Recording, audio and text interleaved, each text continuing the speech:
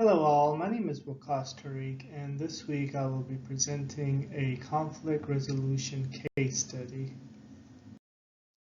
In this case, a charge nurse brings forward a complaint against Nurse X. There has been tension going on for a period of about 6 months between the two.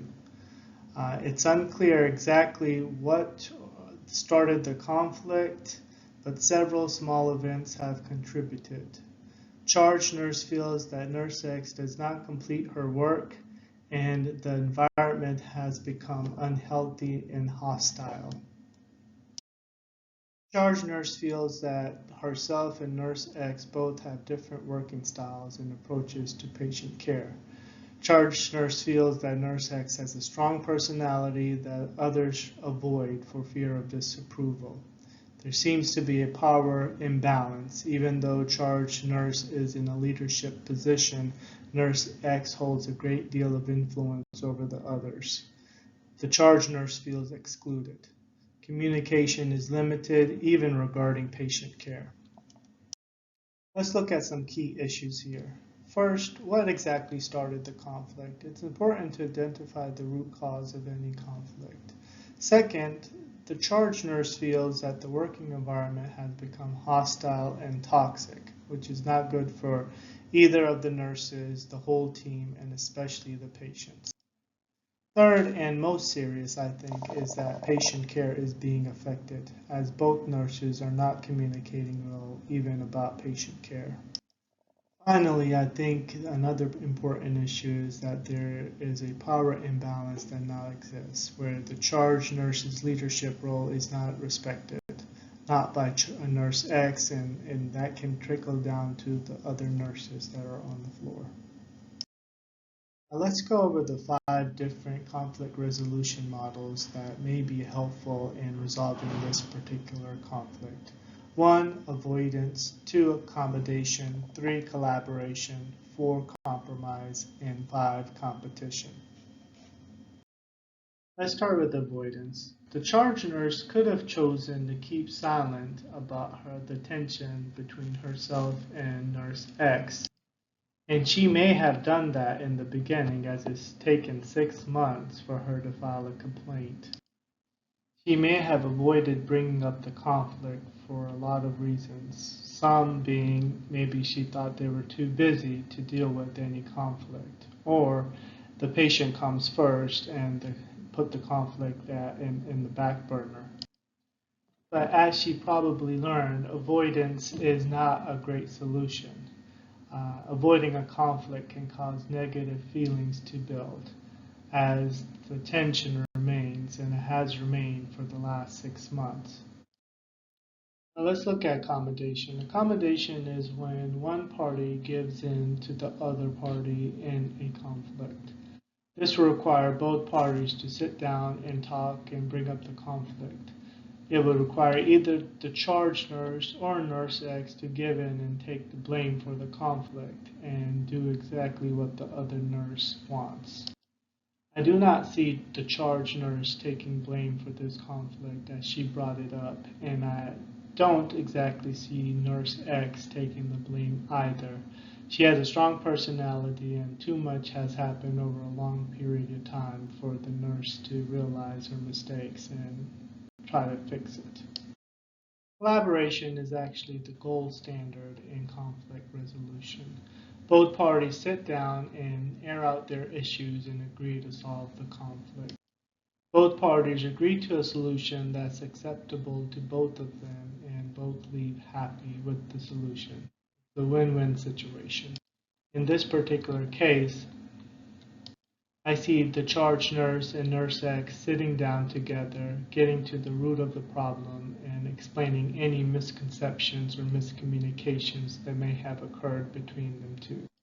I would see a collaboration occurring if both parties feel that they have contributed to the conflict and understand their role in the conflict and agree to do better and be more cognizant of their feelings in the future. Compromise is very similar to collaboration. Both parties sit down, they air out their issues, agree to solve the conflict, and agree upon a solution that's acceptable to both parties. The solution may be acceptable to both of them, but they're not completely happy as both parties would have to give up something. In this particular case, I would see a compromise happening if charge nurse and nurse S take some of the blame and agree to do better, have better communication in the future, work harder, even though each may feel that they were not completely in the wrong. Neither side would be fully satisfied, but satisfied enough where that conflict would resolve. Finally, in a competition resolution model, one party wins and the other party loses. In this particular case, that would be if nurse X is shown to be the one who started and advanced the conflict to the point at which it is now. Charge nurse, along with other members of the team, put the blame solely on nurse X. Or it could be where charge nurse was actually shown to be the initiator of the conflict, and other members of the team are actually on the side of nurse X. Either the charge nurse or nurse X would have to take full responsibility of the conflict and agreeing to do better from their side alone. I think the preferred solution in this particular conflict would be compromise. It's the cornerstone of practicality. Even though collaboration is the gold standard, it's hard to imagine where both parties in this particular situation would be able to get all that they want and leave equally satisfied. Compromise in this situation would be for both parties to discuss their issues, each party take ownership of their role in the conflict. I would think in this situation, both the charge nurse and nurse X agree to squash their beef for the betterment of the team in patient care. Both make a conscious effort to do certain things better and are more accommodating to each other's working style. Let's discuss how we can manage or resolve the conflict.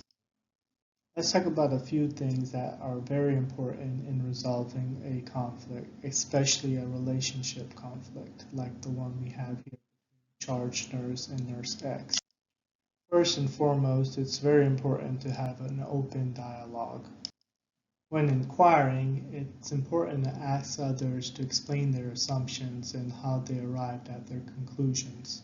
And if you're making an assumption of your own about others' views, state your assumption clearly. It's important to clarify your own reasonings and encouraging others to ask questions to explore how you arrived at that particular position, as well as encouraging others to provide their own different views. I think a conflict resolves more quickly when participants openly express what they feel or think while they actively seek understanding of others' thoughts or feelings. Finally, it's important to be open and forthcoming about their positions, be able to see the other side, and which enables them to feel good about a compromise or a collaboration. In this particular case between nurse X and the charge nurse, it would be important for them both to sit down and have an open dialogue. It's important for them both to try to get to the root cause of their problem and when it started. It could be that one or both of them were making assumptions about the other. So it would be important for them to explain their assumptions and how they arrived at their conclusions. Both should openly express what they're thinking or feeling about each other while trying to actively seek understanding of the other's thoughts and feelings.